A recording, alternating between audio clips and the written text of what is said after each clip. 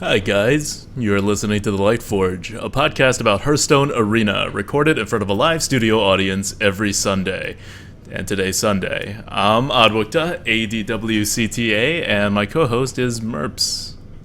Glad to be here. This is Merps. This is week 2 of our podcast, and more importantly, day 6 of the riot. Day 6 of the riot. Oh man, if you guys haven't heard, and if you're listening to this on a podcast and don't check Reddit, maybe you haven't heard, we're rioting. Hashtag Arena Warriors Matters happened on Tuesday, and then Blizzard proceeded to put out even worse cards. We're going to talk about it later. I don't want to get too off track, just to start us off. But I like it. I like the hashtag. It's like a double entendre, right? Like, it's like Arena Warriors Matter, like the warrior, the class that's getting screwed over. And it's also like Arena Warriors. Like, we're all Arena Warriors for playing in the arena. Definitely. It really represents what we stand for. Wizard Poker matters, guys. Wizard Poker matters. So we have really good news. We're actually submitted to iTunes finally. We got everything worked out. We got the audio from last time cleaned up a bit, and hopefully it'll be on this thing will be on iTunes on Monday or Tuesday. But we'll see. And we had a pretty interesting run earlier this week, right, Merps? Yeah, we got a lot of attention. It was a very fun run with Shady Bunny, also another fellow great streamer, and we had that epic moment with the Gazro and Matter Bomber. That really is what you play this game for. Epic moments like those. Yeah, if you haven't seen YouTube, it went on Trollden actually, right? That man works fast. That man works extremely fast. We seriously uploaded it at like 2 a.m., put it on Reddit, and was just like, all right, we'll see if anyone likes it. And then it was on Trollden, and he released his video like in the morning. I don't know what... did not see that happening. But yeah, so let's move on into the meat of this podcast, the deep strategy thinking things that we do about the arena in Hearthstone. Yes, Adwikta smart. Go. Okay, so what's happened? What's happened since we last spoke is that all of the cards have been revealed. Yeah, Blizzard just vomited cards, which is kind of what they do with these expansions. They release little by little, and when the release date is coming close, they just vomit out 50, 60 cards at once. And I was waiting for this. We were waiting for this mass release of cards, and what have we seen? I think you addressed it very well in your video earlier on when you talked about the 5/6 Pit Fighter and how that is a meta-changing card for the arena. But it also confirmed what we have thought overall, in which fast cards are not coming. These are all the cards, and that 5/6 is a common neutral, so it'll be seen in many places. As in every class, and it'll be taken and it'll be offered in about, I would say, half the times you do an arena run, and it'll be taken almost every time you see it. So prepare to see a lot of 5/6s, guys. Yeah, and at a certain point, it won't matter as much. For example, Spider Tank is relevant because it's on turn 3. Yeti, we know turn 4 matters. We're very, very certain that turn 5 still matters. But once you get to, the Ogre, and then if they make a hypothetical 7 mana 7/8, and then they make a 8 mana hypothetical 8/9, that won't matter as much. The overstatedness of those drops will not matter just because it's later on. And that +1/+1 stats for 8 mana versus +1/+1 stats at 3 mana, just proportionally, it's going to impact the game a lot less. Yeah. And we said it before when the Shaman was getting the the Fire Guard Destroyer, right? Which was a 4 mana card and an overloaded 1, and the whole comment is, yeah, but it doesn't matter. Like, who cares if you overload turn 5? Fire Elemental's coming on turn 6. You're doing nothing on turn 5 anyway. So you're just going to play another 4-drop, and everything's fine. You barely lose any tempo from that 1 mana overload, and you get so much additional stats. But that's all going to change. The 5 mana cards, and it's not just this 5/4 Pitlord, right? You also have that Clockwork, whatever, that's a mech. It's a 5/5 for 5. It's common. It buffs mechs by +1/+1, but the more important part is that it's a 5/5 for 5 mana common. And that's going to cause some consistency. Yeah, and we've always talked about this, how the 5-5 stat distribution was a really good stat distribution for this meta. And that has to change with the introduction of the Pit Fighter. And I think a lot of things will shift as well. And the Yeti, the reign of the mythical Chillwind Yeti, or kind of the Mech Yeti as well, that peaked in Classic, and it's just been going down little by little by little. And with this, there's no way that the Chillwind Yeti can sustain the level where it's at, and it's no longer at the top. As you can see from a tier list, we have plenty of cards that are higher than the Yeti. And with this, just something that flat out eats up the Yeti. Are you calling it? Are you calling the demise of the Yeti? It's not the demise. We're like Yeti. A week away from the release of the Grand Tournament. Is the Yeti dead? No, I think there's still too many things that hit for 4 damage, and those cards never change. And those are premium cards: True Silver, Eviscerate, Flame Cannon. Yep. Those cards will always stay the same.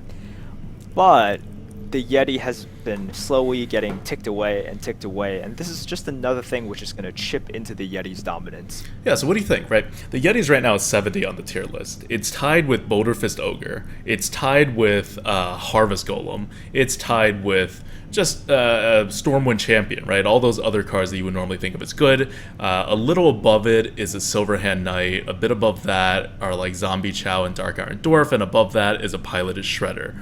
But otherwise, Spider Tank also is a 70.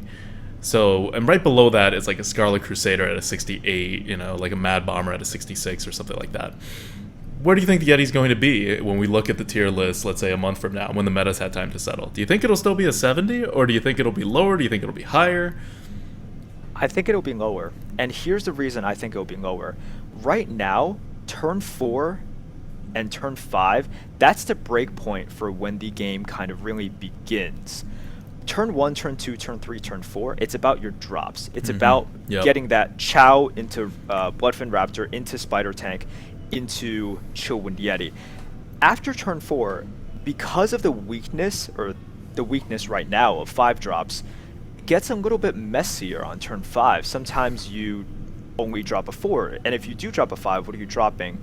Tiger is a premium, but a lot of times you're just dropping something like a Spectral Knight or a Spiteful Smith.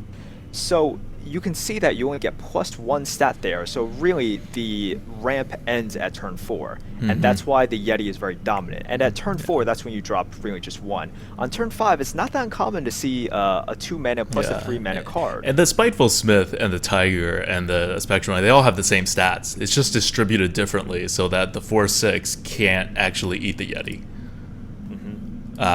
Whereas the Tiger could eat the Yeti, and the 5/6 Pit Fighter, the new card, is going to be able to eat the Yeti as well. So that is going to make a difference. I think I agree with you. I think the Yeti's probably going to get knocked down 2 points, maybe even 4 points when we look back on this eventually.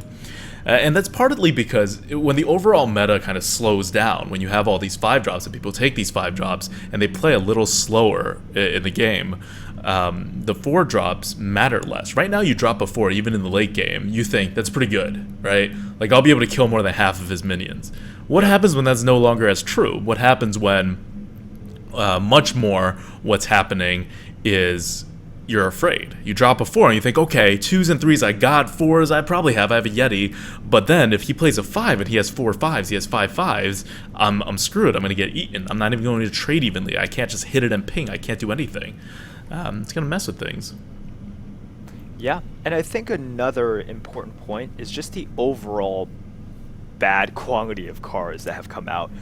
For neutrals, you see some classes got a lot of really good class cards, Warrior especially, /sarcasm. But we see a lot of bad quality cards in the common neutral pool. And what are the good ones? The good ones are always a little bit more expensive. We didn't get any more Zombie Chows. We didn't get any more Shredders or any more good. We did get a Kraken. 2 and 3 drops. We did get a Kraken, but wow, that thing is 9 mana, and that thing is heavy. That is one heavy card. Yeah. But that's what we're talking about. And it's so overstated for even for 9 mana, it's very overstated, which is the only reason why it's playable, right? You get like a 9 mana 9/10, for example, which is the normal stat. No one's playing that card. because the 9 Yes. damage is typically pointless. But when you have something that you can do when it comes out, right, when it deals 4 damage when the Kraken comes out, people are going to use it, and their decks are going to slow down, because if their decks don't slow down, they would have picked that card for nothing. If they expect the game to end before turn 9, that's a stupid card to have. Yes. And when we talk about the meta in Arena versus Constructed, there's a key difference. A lot of people say that, oh, it doesn't matter if they release these cards because people will still choose to go aggressive. You could say that in Constructed. That choice is just not there in the Arena. You just have to make do with what you get. So if Blizzard is releasing an expansion with slower cards, you could still choose to draft more aggressively, but your choice is not. It is limited, and in Constructed, you can just literally pick the cards. And here, you're tied to whatever Blizzard releases. So if they release something like this expansion, the meta has to slow down. Yep, I totally agree. I like to say, if the meta gets 30% slower and fast decks get 10% better, you're still in a slower meta. Yes. So how good each strategy is has actually not as much to do with where the meta's going as you might think. The offering rates, that's what matters. And I'm going to use that as a segue into how bad the warrior is in the current meta. A lot of people say, why is the warrior bad? It could be obvious, right? The hero power kind of sucks in the arena. It's like a crappy version of the priest hero power, where you can't even target the board. But even more fundamentally, right? I have less of a problem with the hero power. Oftentimes I play in a style that doesn't even use the hero power, although that's clearly going to change with the Grand Tournament. But the Warriors' main problem right now is that it's not being offered enough 2-drops. It's not being offered enough 3-drops for it to curve out. And it's not a class that can win without curving out. The Paladin's kind of like that, right? If the Paladin doesn't curve out and you fall behind on the board, you're not coming back. You've lost. Like, you're done. And it fixes that with the Shield of Minibot by saying, oh, look, by the way, I'm going to have the board. The rest of my cards are going to be able to trigger because you're not removing the Shield of Minibot without a lot of effort, right? There's an Avenge. You're not removing my board without a lot of effort. The Warrior doesn't have any of those cards. It has no drops, so whenever you see a 2, you have to give up value to get it. Whenever you see a 3, you have to give up value to get it. And in the end, you just get a lot of crappy Warrior decks. Or even not crappy, right? Just subpar, because you had to reach for all those 2s because you didn't have the 2s. So those offering rates matter a lot. And when Blizzard does something like, there's this great card that came out. I say great, I just mean I like the card design. It's called Sparring Partner. And is it called Sparring Partner? No. What's it called? I think it is called Sparring Partner.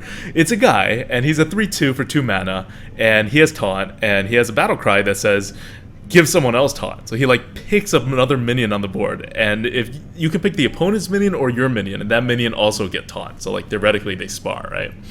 It's a great card design, but it's a rare. It's not even a common. It's not an overpowered card. It's not going to make the warrior that much better, but it would at least solve the 2-drop problem. And they made it a rare. And Blizzard has, this is where arena warrior matters come from, right? Blizzard clearly does not care about the warrior in the arena. The warrior has 2 very prominent constructed styles that work really well and that have been around. Well, one has been around forever, and the other one, the Patron Warrior, kind of was a creation of BRM. So Blizzard's trying to set up some like fancy taunt like synergies for like the future or something, or like dragon stuff. But none of that's very good for the arena. What they didn't do is they didn't make a common card that stands alone by itself as being powerful. Instead, they made the more powerful cards all rare. Why? Because they want people to collect cards in a certain progression way and build their decks in ranked. And that kind of card collection progression is right now taking precedence over the balance in the arena among classes. That's what the core of Arena Warriors Matters mean. We want Blizzard to actually think about the arena at least above the card collection process. You don't have to prioritize arena cards in the card design process when you have this whole rank thing to worry about where one card has way more consequence than in the arena, right? We're not asking for that. But at least try to, when you're doing rarities, which don't affect ranked at all, but actually affect arena, competitively speaking, at least when you're doing that, to think of the arena. And they're just not thinking about it now. Or if they are thinking about it, they're thinking about it and then dismissing it, which doesn't really help. So when we talk about how good the warrior is, I think it's kind of like, what matchups do the warrior have that's a good matchup? Merps, go. Ooh. we only have 45 minutes for this podcast, right? Yeah, we only have 45 minutes. You can't make Oh up a whole man. new class and then, put out all the cards and then say, yes, warrior will be good against that class. Not allowed. In all seriousness, I think they have a decent matchup against hunters, but that's what I'm saying, right? Like I can't just snap into it and be like, oh, of course, warrior Yeah. has a great matchup against X, Y, and Z. Yeah. I think they have a decent matchup against hunters, and that's That's it. about it. That's it. Yeah. They don't even have a good matchup against other kinds of aggro formats, right? Like an aggro mage wrecks the warrior because the warrior has no way to kill a snow chugger. It just gets frozen. And the warrior kind of defeats aggro by using his face, which the aggro class means you put more minions down, you hit face more. It doesn't quite help, especially with these unremovable minions like with death rattles or divine shields. It makes the weapons a lot worse. You need more like number of attacks on the board. So many reasons why the warrior has just fallen on very hard times. Is it an unplayable class right now? No, it's not. It is definitely the worst class, and in TGT it's going to get worse just by the virtue of the inspire mechanic, right? Because it has the worst hero power. So the Inspire mechanic is just any card with it is worse for the warrior than any other class, except for those few Inspire mechanics that are actually negatives. Every time we get to one of those cards in the tier list, where I'm very happy because I get to rate it higher for warrior than for the other classes. Speaking of the Inspire mechanic, this expansion didn't put out as many Inspire cards as I thought they would. Which Really, you thought there were more Inspire cards? I thought there would be a little bit more, but I think that's good. They just introduced a new mechanic. You don't want to flood an expansion with all these new types of cards. I think it was an appropriate amount in the end, but I thought they would just put out more. Huh. I think the difference between like a mech and an Inspire card is that Inspire just synergizes with each other, right? So you need Yeah. any two cards to synergize. You don't need part A put on board, part B buff the thing that's on the board, or the reverse when in the case of the Mech Warper. You just have to Are you have sure any it's two Mech cards. Warper and not Spider Tank? No, it's Spider Tank. Sorry, I made a video earlier. I released it. In there, I said like Mech Warper instead of Spider Tank like 8 times. After I corrected myself the first time, because that's how my mind works. Okay, so that's kind of, if you ever see hashtag Arena Warriors Matter around, like either on Reddit or on Twitter or like in a comment, that's what it means. You're now in the loop. Welcome. Join us in the riot. This is not a spontaneous riot. This is a long planned out riot, and we're going to riot for at least until the next expansion, because the problem's going to be here. And the problem is really deep. I think it would take at least 2 common cards above 70 to bring the warrior back to be about as bad as the second worst class in the arena. I agree. So It right now is bad, and I don't know of any class that got worse cards. Perhaps Priest, maybe Yeah. Priest. That's about it. And Yeah. Priest is an average to slightly above average class right now. Mm-hmm. And it's going to get better as the meta slows down, right? Because it's Yeah. the priest. It has these huge, large removals, and if you play a Kraken on them, they're going to mind control it, and that's a pretty good deal for the priest. So they're going to get better despite worse cards. You can't say that about the warrior. Okay, so let's move on to deep fried meta, where we deep fried the meta. We've already been deep frying the meta, so let's just continue. Let's continue. The one we're going to do right now is, well, we were going to do warrior and hunter. We've kind of already covered the warrior. So I guess we could go on a little bit about the warrior before we move on to the hunter, and not just because I want to rage more against Blizzard. Please, go on. But because the warrior has some redeeming qualities, right? Despite all the negativity that's put upon it, you can still get 12 wins with the warrior. You can still come out with a decent draft, and a little bit of it is up to luck, a little bit of it is up to gameplay. But the warrior really excels at one thing, and that's weapons. A weapon kills 2 things by putting it out on one turn and then still being able to hit on the next turn at the cost of the life. So at any one point, you can gain both card advantage and tempo to come back, and then you can prevent yourself from being killed by armoring up later. This is a very, very iffy strategy, which is why the warrior always was like never too good. But when it works, it works. And it works when you drop normal stuff, like things without death rattle, things without pings, without divine shields. So the way to play the warrior is to have weapons, and then to play the weapon before you play the minion if your opponent has a card. that's really all the good things I can say. I tried, okay? I tried. You tried. I tried. Let me talk a little bit more about why the warrior is bad that you did not address yet. Okay. The problem with weapons. See, we tried to say what's good about the warrior, and it just swings right back. We can't even go on for more than 1 minute about how possible redeeming qualities about the warrior. You made an attempt, and Garrosh would be proud of you. Garrosh would be proud. But the problem with warriors is that a lot of their value comes from weapons, and a lot of people think, oh, weapons can be good for value, but they can be bad because you're taking away your life. Another thing about weapons is you only have one weapon slot, right? So you're not only walking that fine line with your health, you're walking that fine line between number of weapons drafted and number of weapons that you can use. Yeah. So you can get weapons clogged up in your hand, and how many times have we seen someone play warrior, they draw their Arcanite Reaper and then draw a Death Spite and a Fiery War Axe, and those are the And only then they cards in get their frozen hand. because everyone's a mage. I remember that run. Yes. That was sad. That was a very sad run. Very sad. But yeah, Well- that's it's a built-in limitation, and you should be able to make up for it somehow. But that's also why Bash is not like the worst card, right? 3 damage for 3 mana, gain 3 armor sounds awful, but for the warrior it kind of worked as like a mediocre card, and that may actually be the best card that warrior's gotten in the last year in the common category. So support the warrior. Arena warriors matter. Stay strong. Yeah, Stay tweeted strong. at Ben Brode. Tweeted at Yongwoo. This is, I think this is some important stuff in the arena balance, and it's something Blizzard doesn't seem to care about. So we gotta shine the light on it. Yeah, at a certain point, I think they have to expand arena in some way, either by adding a ladder system or some sort of rank, or even just a basic achievement system. And oh my god, achievements! I know. If you guys don't, Sorry, know, I just got really giddy. Is a huge fan of achievements, but that's for another time.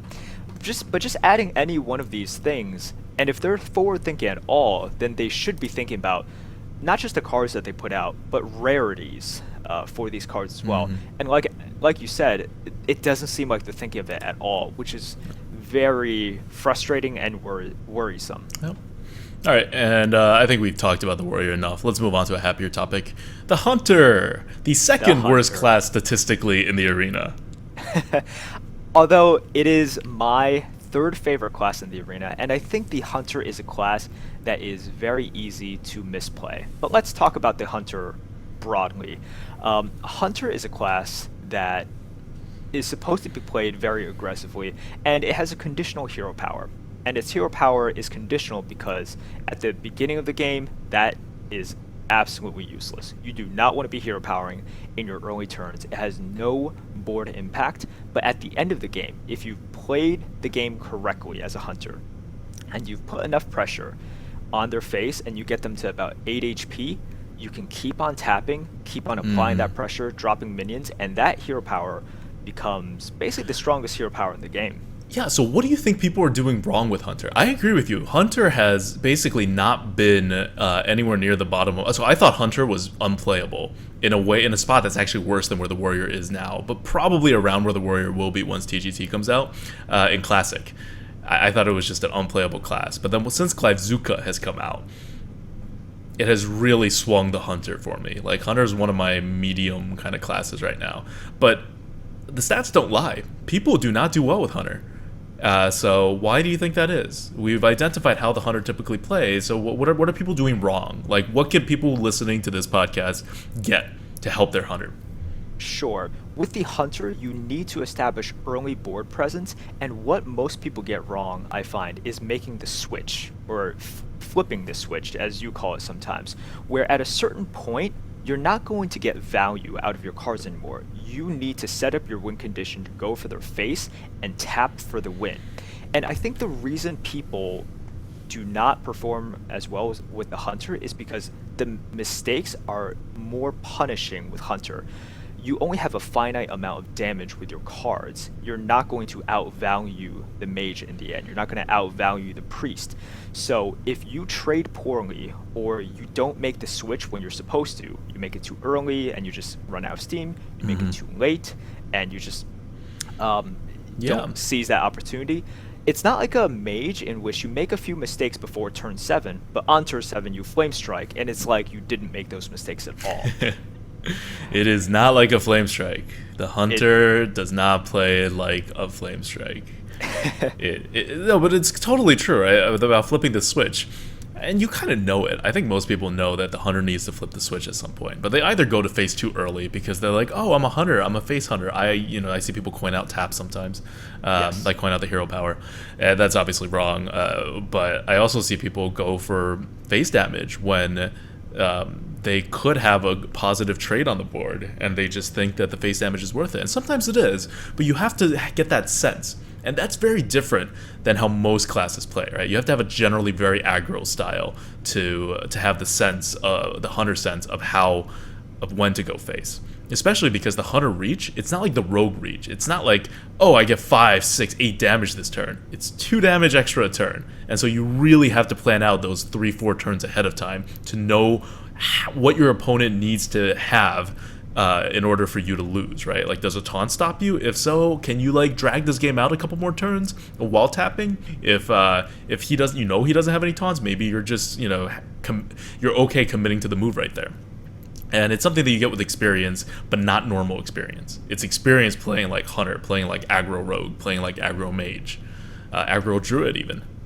Yes, and a lot of times when I'm facing hunters, I've won games that I should never have won just because I have intentionally tried to put out juicy trades for them to take. I'll put out, for example, Lost Toss Rider, and they'll have a Jungle Panther, and then in my head I'm please. screaming, "Please do not hit me in the face. Just take the trade." Yeah.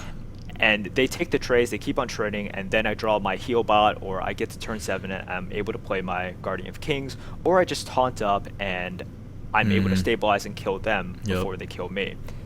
So with the hunter, you really have to capitalize on that one turn switch, or know that sometimes just making one extra trade costs you lethal, or going one turn early, they consecrate you and suddenly you have no steam at all. Yeah, and we're talking because we just did a hunter run, like a nice fun co-op hunter run with Shady Bunny when he's a streamer from Belgium, if you don't know, and he plays a very aggressive style, and we were drafting we go wherever the deck goes, right? And the deck was trending a little conservative, like a little big.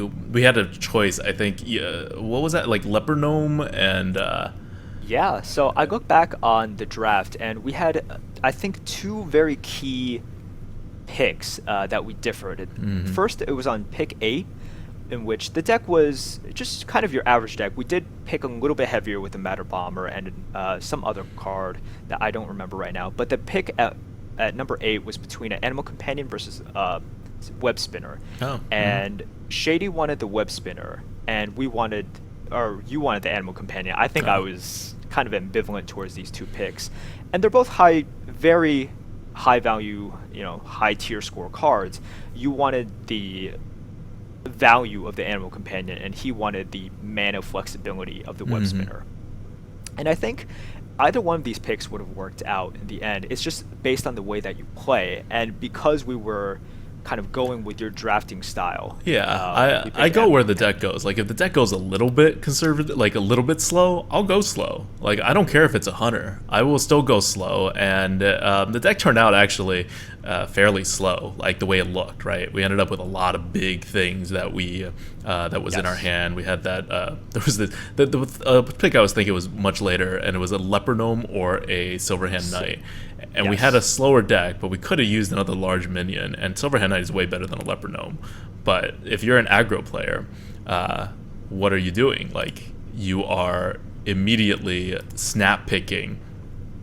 You're immediately snap picking Leper Gnome because it's one of the best hunter aggro cards. So it seems like we lost Merps for a little bit, but I'll continue talking about the hunter. And I think the point I'm trying to make is that just because we keep talking about the switch turn, that doesn't mean you can't win the card advantage game, right? If you have a medium-sized deck and the other deck is faster, you don't need the hero power to win you the game. That's just one win condition. there are many other win conditions that you have in your deck. Just pretend you don't have the hero power. It would still work out. So the good part about the hunter is that they do have that one win condition always, because it's your hero power. And someone who doesn't have that win condition is the warrior. The warrior has no win condition with the hero power, and it really affects the warrior because a lot of times you want to go aggro with the warrior. One of the best ways to turn a bad deck into a halfway decent deck is to lower your curve, go aggro, and try to blitz people, right? You don't need high card quality, you just need them to not be able to have a response to your many, many minions. And the warrior falls into that category a lot. Why? Not because they have great small minions or anything like that, but just because they don't actually have the ability to curve out well otherwise, and they end up taking a lot of crappy cards to compensate, and then they all of a sudden get all these good small minions, and they're like, why not, right? But they can't finish. They need weapons to finish. They can't use their hero powers to finish. So even as the warrior, when you're going aggro, which is a very good way to play the warrior, it's how I prefer to play the warrior these days, just because it's hard to go value and still not die. Even when that happens, your hero power is holding you back, and the hunter does excel in that aspect. Okay, so I'm going to just keep moving on while Merbs tries to reconnect. We're having a little issues. We're trying to use Google Hangouts on air, and it's giving us issues. So we're going to skip the question from the GOAT. We're running a little long on time anyway. Oh, are you in? Hey there, Merbs. Hey there. So I guess we're uncovering another Blizzard conspiracy, because this is the second week in a row. This is the second week in a row. If you guys, so what happened is, as soon as I launched Arena Warriors Matter, and we got like 1,500 upvotes on Reddit, it was everywhere. I played a warrior run, and it was the most sketchy warrior run ever. We were not allowed to lose. Like, at one point, we almost lost, and then the guy actually DC'd with like lethal on the board. And I talked to him afterwards. I was like, what happened? Did like the cat jump on your computer? What happened? He's like, oh no, like I just got disconnected by Blizzard. That's very, very strange. And then we promptly lost 3 unwinnable games in a row after we got to 6 wins, after Blizzard proved their point that Warrior was okay.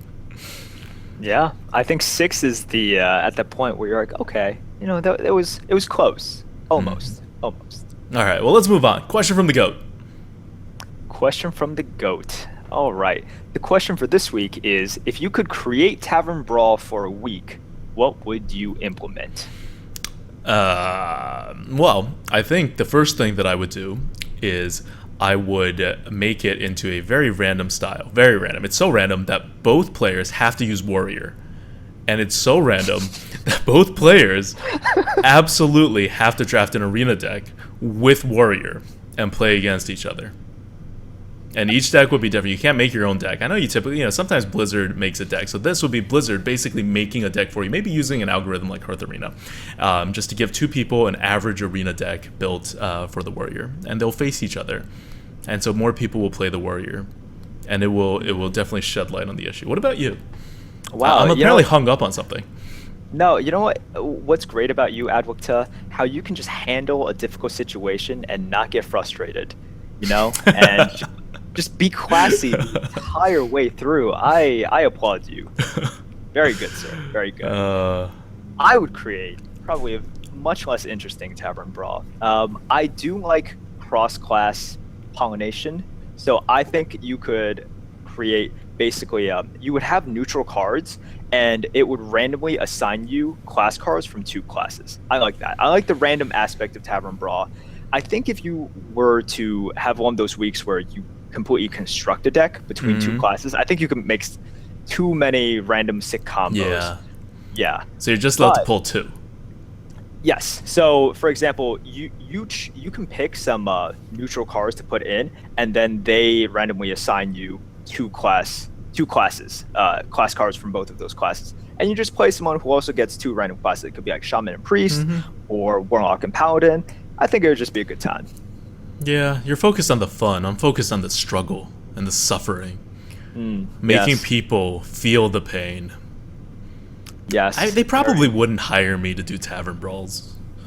Now that I'm thinking about it, this would probably not be my job, even if I worked at Blizzard on the Hearthstone dev team. They would probably keep me very far away from that conversation. Well, it's all out in public now, so they're definitely not hiring you for that. Okay, so card good bad is our next segment, where we tell you whether a card is good or bad. Gang up, good or Gang bad. up. Ooh, this is gonna anger some people, and this is a card that a lot of people ask us about. Usually in the form of, why do you think Gang Up is the worst card in the game? Because I preach all the time that Gang Up is the worst card in the game. Let's be clear. Let's be clear. Not that it's a bad card, right? It's not just a bad card. It's one of the worst cards in the game. We have analyzed these statistics, and even though the sample size is not that big, it is the But worst. bigger than it should be. Bigger than it should be, because some people come from Constructed, where it is a very good card and a staple in Mill Rogue. So they see it used in Constructed and figure, well, it must be at least decent in Arena, and they could not be more wrong. Gang Up is bad for tempo and bad for card advantage. And some people will say, oh, but it creates 3 cards. And as we talked about last week, card advantage only applies to cards that are playable, aka the cards in your hand. There's no such thing as deck advantage, because there's no such thing as a Mill Arena deck. If you are ever able to create a Mill Arena deck, please friend me and let me watch, because that would be the best thing I have ever seen. You get on Trollden for your entire run. Yes, for one day, Trollden's entire video is just your run. Like highlights from your run. But let's think about it. Gang Up is a card that you cannot use in the early game. So you're saving it and either playing it on your own big minion or the other big minion. And what happens when you play it? You spend 2 mana, you lose the card, Gang Up. You don't get a card, you lose the card. I don't think people realize that. They're like, oh, I put good things in my deck. You have lost a card that could have been something. That card could have been a Raptor. That would have been something. It actually, because it would be another card, which would be something. And just for the future opportunity to get back that card that you lost, so it is now back in your hand, and whatever card you drew, if it was a fire elemental, you basically spent 2 mana in a previous turn, which was more valuable at that time. Time value of mana. Yes, to get a fire elemental right now. So you turned your Gang Up into a worse fire elemental, with the chance of drawing more fire elementals. More worse fire elementals. But first, you have to make it to the Shaman's turn 6 for him to play a fire elemental. And the odds of draft, like, let's say you have 15 cards in your deck, which you typically do in like a game, even towards the end game. What are your chances? 1 in 5 to draw that fire elemental. That's pretty low to like get some kind of value back from a crappy card. I kind of want to go back a little with, we're not going to do this very often and bring comments in from chat, but someone had a really good idea for a brawl that I have to mention, okay? And it was playing off my idea, which is warrior against warrior, and he thought it would be very good if it was mage against warrior, because then you don't know, you get randomly assigned to be mage or warrior, but you will feel the pain if you happen to be the warrior. The pain. Everyone would just forfeit. That's true. That is very true. Never get an actual game because you see which class you are at the very start. See, I'm just a bad brawl designer. I'm no longer going to talk about that topic. Apparently, my ideas just won't work in brawl. I'm gonna stick to arena where I actually know stuff. There we go. Okay, but so I agree with the Gang Up analysis, and there are other cards like Gang Up, especially, this is a really important conversation, I think, to be having when TGT is coming out. Because there's a card coming out called Convert, which you pay 2 mana, and the card is a priest card, and it's 2 mana, and you get whatever card is on the board that you target. So if there's a fire elemental on the board, only enemy minions. Only enemy minions. That's important. So if your enemy plays a fire elemental, you pay 2 mana, you get the fire elemental in your hand. So kind of the same idea that we were talking about, right? Except you get it in your hand immediately, so it's actually kind of better. It's actually significantly better because you'll be able to even play it on the same turn, maybe. But you don't get it later, right? The idea is, oh, you only get 1, you don't get multiples of it. and you can't target your own minions, so obviously a little worse in terms of the flexibility. But the fact that you can draw the card, you've already won a 80% loss gamble, right? You've already won a 1 in 5 chance on your next draw, but this turn to have the card. That's worth the possibility of drawing all 3 of your cards from Gang Up, and then some. Yes, you trade the future potential for the immediacy, the card in your hand right now. Although it is important that you can't target your own minions, so this does it is even more out of your hands, and it's part of the reason why these cards are just not good cards. They are not just conditional, they are super conditional cards. Yep. And don't get me wrong, when I'm talking about this, I'm not saying that Convert is a good card, just that it's less horrible than Gang Up. Like, yes, maybe you would play it. Because it basically cycles for a good card, right? You can think of it that way. Like, it's a card you can't play for a long time, but then it cycles for a card that you want at that moment because you're picking the minion. Yes. And this also ties into a similar card for the Rogue as well, called Beneath the Grounds. 3 mana, and you put 3 4/4 Nerubians into your opponent's deck. When they draw that Nerubian, it comes onto your board, and they draw another card as well. They don't lose their draw. If they actually lost their draw, it would be an insane card. It would be really good. Oh, yes. But as Instead of them now, drawing a card, you get a 4/4 on the board. Game. Good game. But as for right now, Beneath the Grounds, it's not a terrible card, but it's not a good card either. 3 mana for a 4/4 on the board is great. It is very good. It's why Ogre Brute is a good card, even though it has a drawback as well. It's overstated for its cost. However, you don't know when you're going to draw it, and you lost that tempo. And that tempo is so important, especially as a rogue. Yeah, so just basically the end idea is don't be seduced by these cards and the idea that it seems like you get so much card advantage value. With Gang Up, you don't. With the other cards, you may, but the tempo cost is insanely disproportionately high unless you get super lucky with that with the 4/4 Nerubian card for Rogue.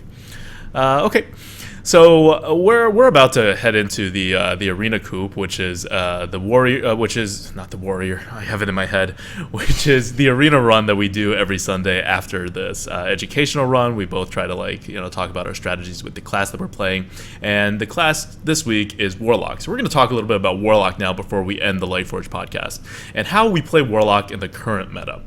So there's always been 2 ways to play the Warlock, right? One way is fast. You have a lot of 1 mana minions as the Warlock. You have a Blood Imp, you have a Flame Imp, you have a Voidwalker. And 2 of them are rather good for aggro, and 2 of them are rather good for a more control style, with Voidwalker playing the role of both. So it's actually the most flexible one, despite seemingly being the more underwhelming one. And which style do you think works better in the arena right now? I think the faster style works better because if you're able to tempo out a lot of stuff in the early game, number one, you just have board control and you're able to dictate trades, which is an advantage for every class. But for the Warlock especially, you get to protect your life total. And that is so important. Life equals cards. Yes. Your hero power, just like with the Hunter, it's a conditional hero power that becomes incredibly strong if you have set up for it. So with the Warlock, you set up for it by tempoing out a lot of stuff, and it doesn't matter if you're running out of steam by turn 5 because that's when you can start tapping. And that's what you want to do, protect your life total, and if you can tap 3, 4, 5, 6 times in that game and you have 6 more cards than your opponent, you win. It doesn't matter what they do. And I think the important part about that kind of strategy that I think some people miss is that you're supposed to keep trading on the board. Because the idea isn't that you deal lethal damage. You don't have a lot of reach as a Warlock. The idea is that you just make sure your opponent never gets the chance to hit a minion into your face so that you can keep tapping. And what you're actually going to win on that strategy is it's tempo being on the board, but it's not tempo turned into face damage. It's using your tempo to ensure you have health so that you have card advantage. You actually win the long game. You want to keep tapping until your opponent is actually out of cards. So you're actually playing the long game despite having all these small cards. Yep. Go on. No, so what you want to do with the Warlock, you set yourself up where a lot of times with any other class, you guys are top decking, it's 50-50 at that point. Or, for example, if you're a mage top decking against a druid, the druid will probably have a heavier deck than you, so you're Mhm. less favored. As a warlock, you will always be favored against every Yeah. single class. As long because as you have the health. as long as you have the health, because you have two cards versus their Yeah. one. I mean, unless your cards are all 2 drops, right? Then you're like, maybe not. But if you have even like a curve out to 4, you're in a pretty good spot. Yeah. And so, like I said, I like to play wherever the deck takes me. So when the deck takes me control, I still like the control warlock, and I'll still play the control warlock. It's definitely a little slow for the current meta, but if you don't have experience in the control warlock, I think you're about to, because there's going to be some really juicy 5 mana cards, right? Some really Definitely. juicy 9 mana, 7 mana cards. We didn't talk about it, but that 7 mana neutral, that's a 5/9, that's a common card. That's a really good card because it has the perfect stat distribution, right? Now 5 you attack. have yeah, that thing is with some cards. For example, Archmage. Archmage is Mhm. the example of something in which it's not supposed to be that great, It's but supposed to because suck. of the stat distribution, yes. It's Because like of a the stat dollar a distribution. mage. It gives up 2 attack compared to the spider tank. This gives up 2 attack compared to the Boulder Fist Ogre just for 1 spell damage. But that 4 attack, most of the time is just enough. Yep. So it somehow survives, and it's Mhm. not Core Hound terrible. Yeah. But yeah, now with these new cards, we can have double the amount of floating watchers. You could have floating watcher and that new Yeah, the new 5 mana Valdir card. Yeah, Cavalier Yeah. card. Yeah, and you have that new demon warlock. I forget what it is. It's a 6/8 for 7 mana, which is a better stat distribution than War Golem. Right, the same idea. You want more health when you get to those large numbers because your attack doesn't really matter. You're gonna kill whatever you hit into. Plus, it's a demon. It's a demon, which means Void Caller synergies, and that's all very, very good for a more control style warlock. But it's a warlock, right? You're always going to be able to go aggro. Not aggro, but to go early game if your deck kind of trends that way. So go with the deck. Don't be too afraid of going a control style, especially if you if you draft into something like a Hellfire or a Shadow Flame. Yeah. All right, and that's I think that's it from us at the Lightforge this week. Thanks for tuning into our podcast. Hopefully, you're listening to this on iTunes because that means we would have succeeded in finally being on iTunes. And we're going to be doing this once a week. If you want to catch us live, it's at 6:30 New York time every single Sunday on our Twitch stream, which is twitch.tv/ADWCTA. You could also watch, we refer to our YouTube videos sometimes because we're doing this TGT thing where we are doing even deeper analysis. Like this is more cursory, but even deeper analysis on the YouTube videos. And those are on YouTube/ADWCTA. Next week's episode of the Lightforge has a new card good bad, and it is Brewmasters. Want to give a little preview about why we picked Brewmasters? People keep on asking us about this all the time, and the most typical question is, why do you have Youthful Brewmaster rated below Bloodfin Raptor? Yeah. Raptor does nothing. Brewmasters do something. And we And will we'll address answer. We will answer why we have it rated consistently rated. Ancient Brewmasters rated lower than a Lost Tall Strider. It is. So we'll answer that on the next episode. And hey, who knows? Maybe Arena will already be out in the Grand Tournament by the time our podcast airs next week. Because if this follows GVG, I don't know. What do you think? Do you think the Arena will be released like GVG before the actual release date, which is probably going to be on Monday the 24th? I'm sure hoping so, but I'm just going to keep my fingers crossed. I Okay. think they'll do something Tavern Brawl related this time, though. Yeah, I'm with you on that one, but we'll see. Maybe they'll throw a nod out to the Arena. Anyway, this is Adwakta, ADWCTA, This has been Merps. and we'll see you next week on the Lightforge. Keep on riding, guys.